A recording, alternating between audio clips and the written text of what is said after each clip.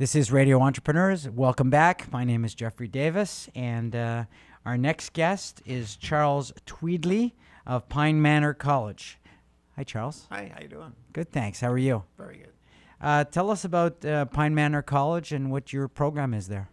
Well, Pine Manor College is just had our 100-year anniversary. We've been for most of our history, we've been a women's college. This past year, we've gone co-ed, and it's a 4-year institution, kind of a liberal arts-based program, and with a pretty proud history. We primarily work with people who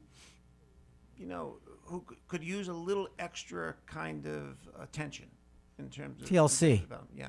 What we're known for is a very close working relationship between students and faculty, and every student who leaves there says that's the thing that really helped them succeed and be effective Right. in our school. So we're very proud of that. Was that always the history of the school?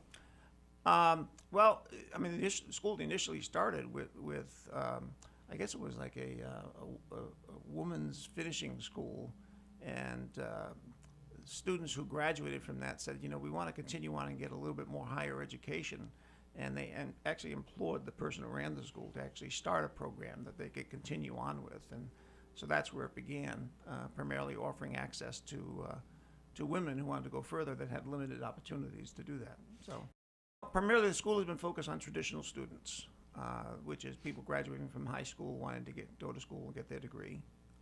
We have not been focused at all on what is the growing market, which is adult students going back to school to get their degree.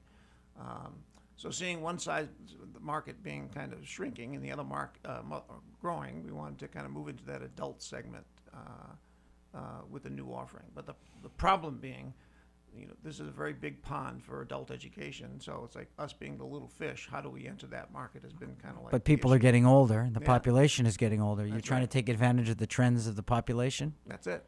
It's like if you look at the traditional student population, that's declining. right? The adult population is increasing, and that's where the trends are heading. Well, that's what we started out thinking. How do you differentiate yourself in a market that's very crowded? So we got some good advice from some people a while back from Harvard who came and looked at our program and gave us some advice about where to look. And they said, look to the future, 5 years down the road, and say, where are the trends taking you 5 years down the road?